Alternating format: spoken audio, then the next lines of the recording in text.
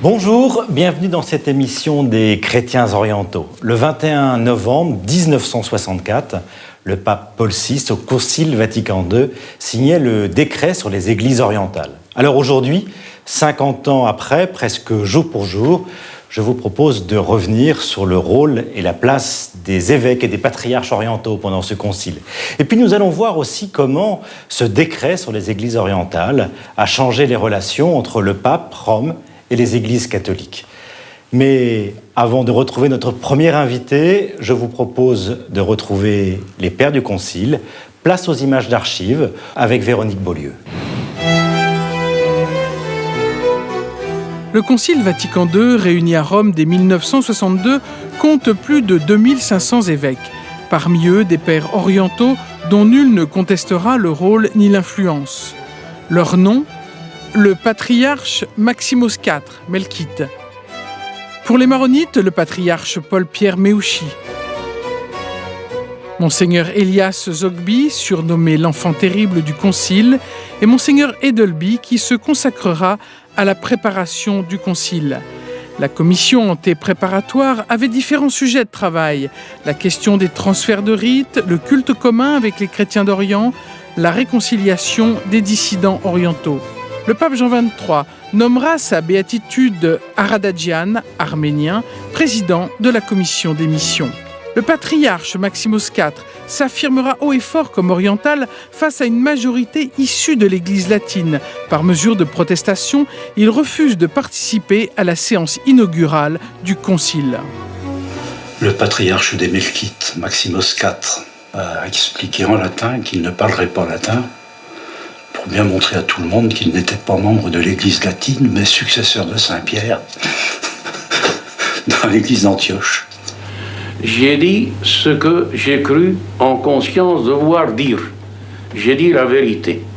La vérité est souvent blessante, mais la vérité fait du bien. Et rien ne peut sauver l'Église comme la vérité. Je l'ai toujours dite et je la dirai toujours. Les problèmes d'aujourd'hui sont posés sur une chose mondiale. Et il faudrait des personnes très ouvertes. Peut-être que la curie, dans sa forme actuelle, n'est pas suffisamment ouverte. 21 novembre 1964, c'est la date de la signature de la déclaration au Concile Vatican II du décret sur les églises orientales. Parmi les questions évoquées figurait celle du statut des patriarches. Pouvaient-ils participer à l'élection du pape au même titre que les cardinaux ? Ainsi que la question de la célébration de la fête de Pâques à la même date pour tous les chrétiens. Cette question demeure toujours aujourd'hui. Les leaders de cette commission se plaignaient aussi de n'être pas convoqués pour les travaux d'intercession qui ainsi restaient dans les mains d'experts habitant à Rome, selon l'expression de Monseigneur Edelby. Chaque jour, au concile, la liturgie était célébrée dans un rite différent. Ça a été une très très bonne expérience pour les évêques, je dirais les évêques latins,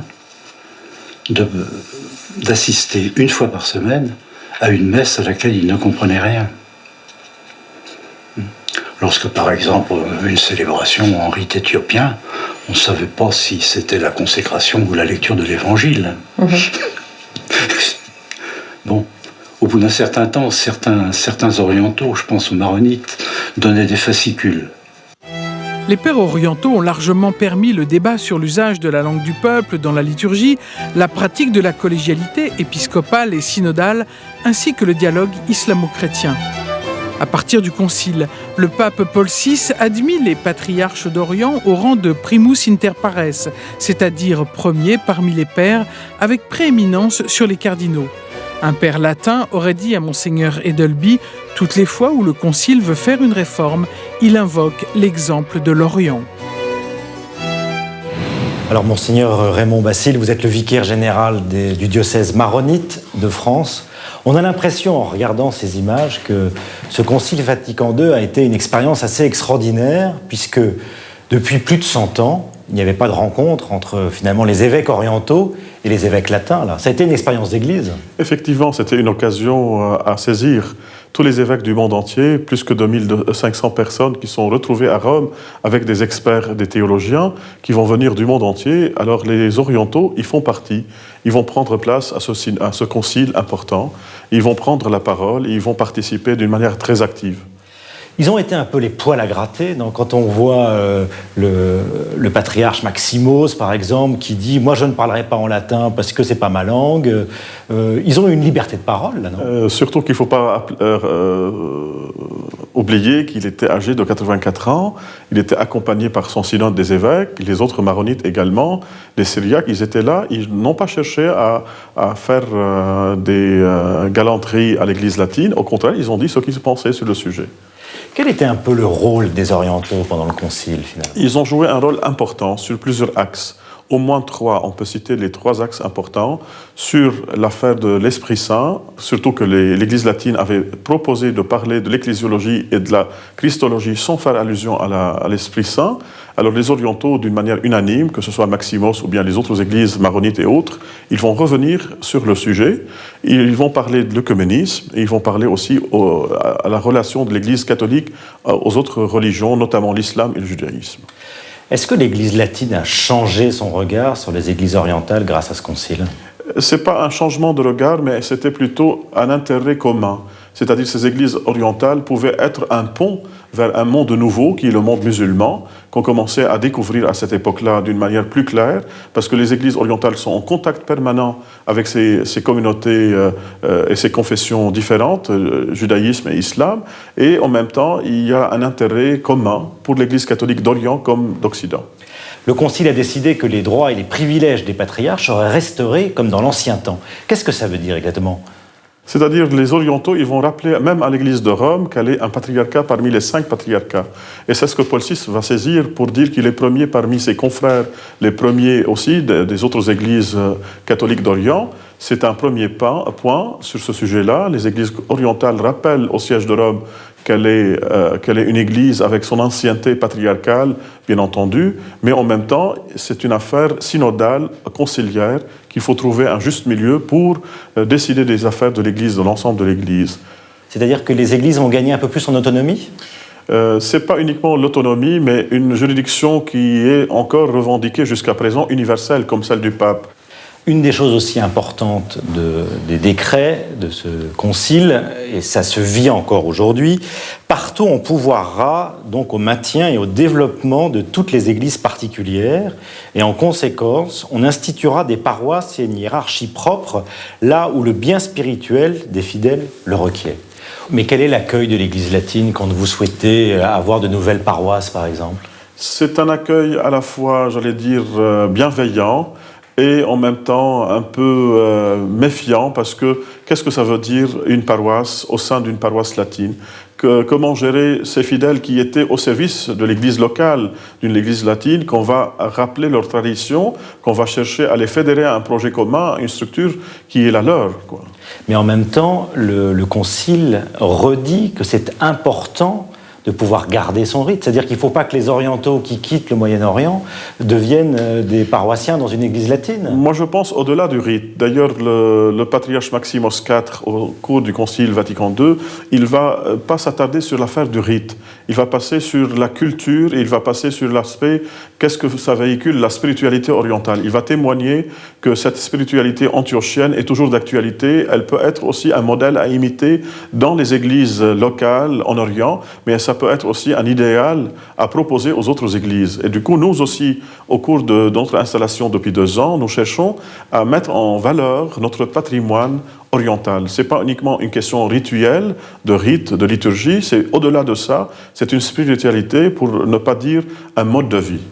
Finalement, ce concile, il demande aux fidèles, aux églises, de garder et d'être fidèles à leurs racines. Fidèles à leurs racines, à la mémoire de leurs ancêtres, et en même temps de garder cette diversité au sein de l'Église. C'est ce qui est important, la pluralité de la parole au sein de l'Église catholique, c'est une chose très importante. Et d'ailleurs, cette notion de collégialité, de diversité, c'est ce qui crée l'unité, c'est ce que dit le Concile. Voilà, il faut garder cette diversité dans la collégialité et dans la synodalité également. Une chose importante aussi, un petit peu révolutionnaire à l'époque, c'est que le décret du Concile permet d'avoir l'hospitalité des sacrements eucharistiques entre Église orientale catholique et Église orientale orthodoxe. Quand il n'y a pas un prêtre de sa propre communauté, on peut aller chez les autres. C'est révolutionnaire, ça, pour l'époque. C'est révolutionnaire. Il ne faut pas oublier que la plupart de ces églises orientales qui ont participé au Concile Vatican II sont issues des églises orthodoxes. Et ils avaient le souci de garder l'unité, de garder cet esprit évangélique, de garder l'aspect d'accueil mutuel à la table eucharistique.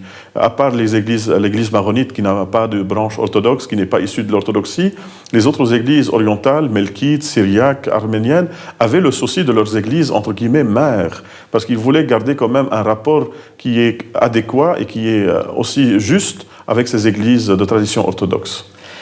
Monseigneur Basile, là, nous sommes 50 ans quasiment jour pour jour après ce décret sur les églises orientales. Qu'est-ce que vous gardez de ce concile ?